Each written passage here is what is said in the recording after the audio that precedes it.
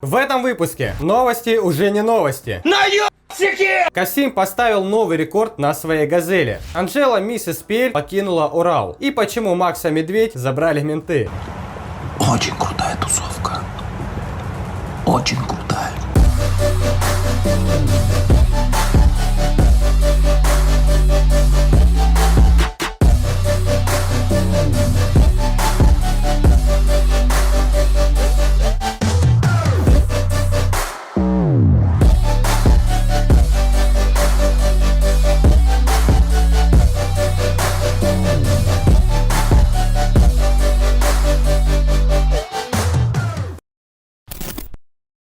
Правоохранители ищут в действиях двух популярных артистов хулиганство. А все дело вот в этих танцах на крыше Гелендвагена.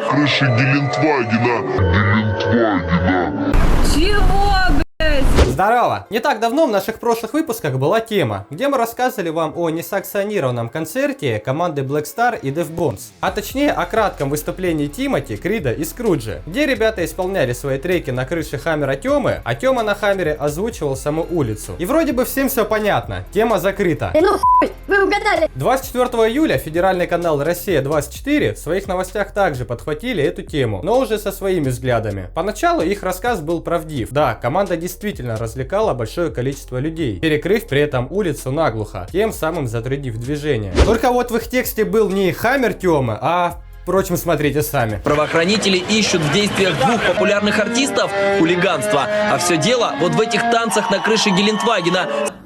Чего, блять? Гелендвагена? Ну ладно, может я придираюсь. Хотя... Нет. На следующий день этот же канал исправился и выразился уже не на крыше Хаммера Гелика, а на... Крышу своего автомобиля.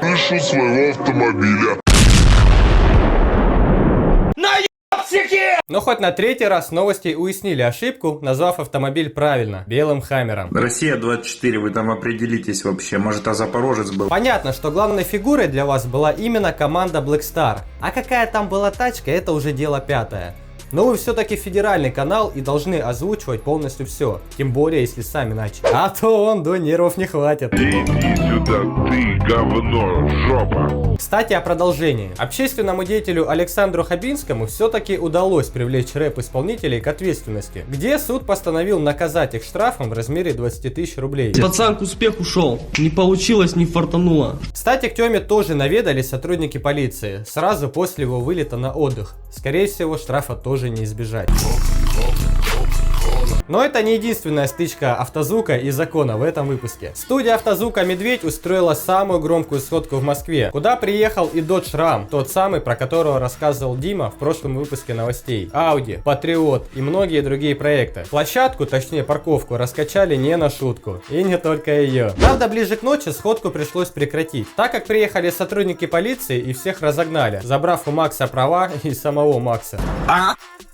Пошумели, у меня забрали документы, едем за товарищем инспектором в отделение полиции, не знаю, что сейчас будет. Но, как говорит Макс, что ни о чем не жалеет, и такие сходки будут проходить на регулярной основе.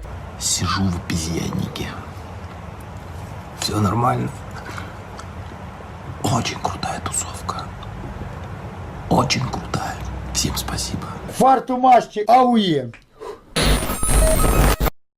Ребята Дима с установочной студии «Атмосфера» и Костя представляют свой новый проект ВАЗ-2108 на монобренде Kicks. Сам проект с Новокузнецка, и над внешним видом автомобиля ребята потрудились конкретно. Пример, как исполняя обычной машины, коих тысячи на просторах страны, можно сделать отличный и заметный проект, который еще и нормально качает. Как там говорил Барат? Бабий магнит. Со слов ребят, проект «Восьмерка» ранее был ураловским проектом. Так как переделок требовал минимум, было решение, а почему бы и не взять. Установили систему, перекрасили автомобиль в графике монобренда, на котором и состоит проект, и на данный момент они уже заработали 7 кубков и чуть не дотянули до 160. 0,5 дБ не хватило. В тачку установлено 4 15 сабвуфера Gorilla Bass, 7 7000 моноблока, 16 динамиков во фронтальной части и 12 рупоров. 174,89!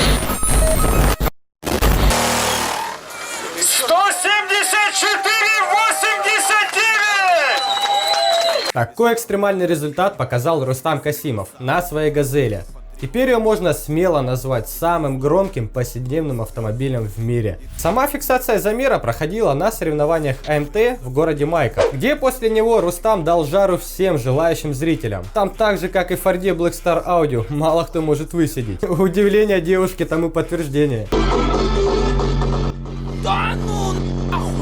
Сам состав системы Газели состоит из 24 сабвуферов Ural Ultimatum, 24 3/5 моноблока, был же из 36 двадцаток и фронт из 10 13-дюймовых Patriot Neo. Наши поздравления Рустаму с фиксацией такого сильнейшего результата. Кстати, на момент монтажа этого выпуска Касим улучшил свой результат, показав 175,1 дБ на соревнованиях РБР, чем мы его еще раз поздравляем. Проекты от подписчика. Помните, я рассказывал про ребят с Невиномысска, которые в малом возрасте полюбили автозвук, но из-за неимения прав увлеклись домашним автозвуком. На этот раз они пошли конкретно дальше. Теперь их короб находится не дома, а под землей. Видимо, соседи все-таки заебали.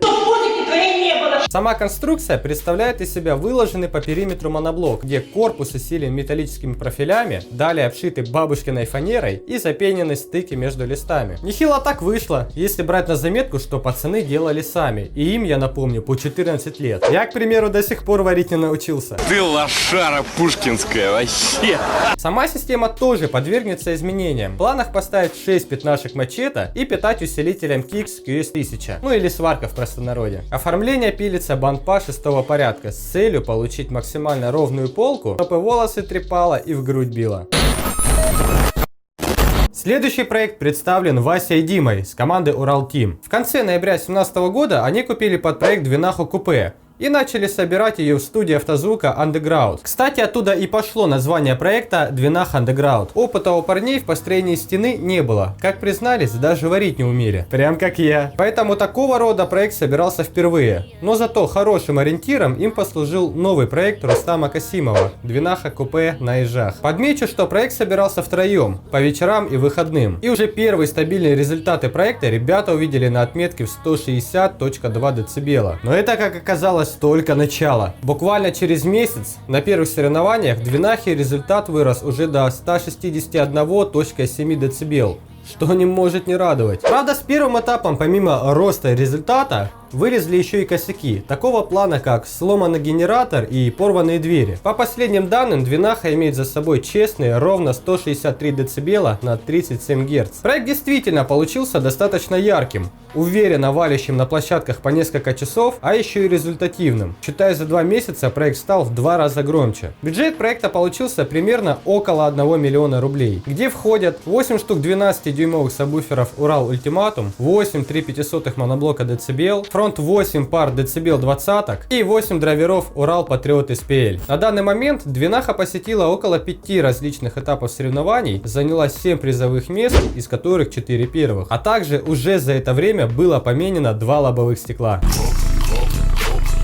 Анжела Макарова, еще известна как Мисс SPL или Ангелочек автозвука, объявила о уходе с команды Ural у себя на канале в YouTube. Причиной тому послужили разногласия между компанией и ей. Кстати, слухи, которые появились сразу же после ее объявления, что теперь новое сотрудничество будет с компанией Alphard, оказался фейковым, которое подтвердила она же. Но и отрицать такую возможность тоже не стоит, так как бренд и состав системы еще стоит под вопросом. Известно точно, что проект на новом железе железно увидим уже в следующем году, а сам состав системы возможен уже в ближайшем будущем.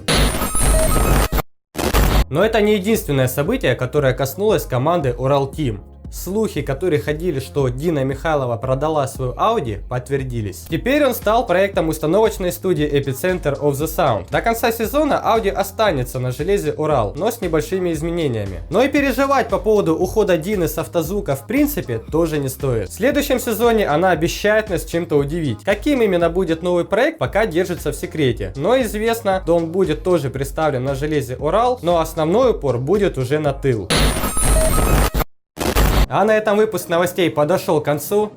Ты ж там сам знаешь, надо лайк поставить, подписочка. Всем пока, живите громко.